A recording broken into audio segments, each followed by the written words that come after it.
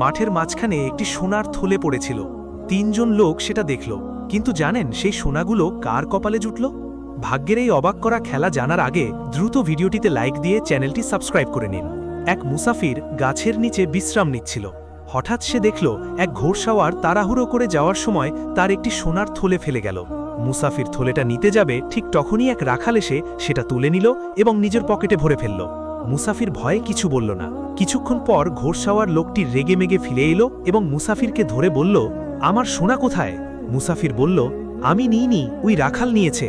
কিন্তু ঘোড়সাওয়ার ভাবল মুসাফির মিথ্যা বলছে।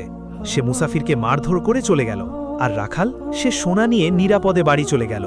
মুসাফির কাঁদতে কাঁদতে আল্লাহকে বলল, ইয়া আল্লাহ, এ কেমন বিচার?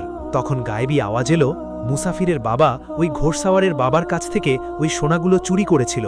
আজ সেটা তার প্রাপ্য মানুষটি রাখাল ফিরে পেয়েছে। সুবহানাল্লাহ লিখুন।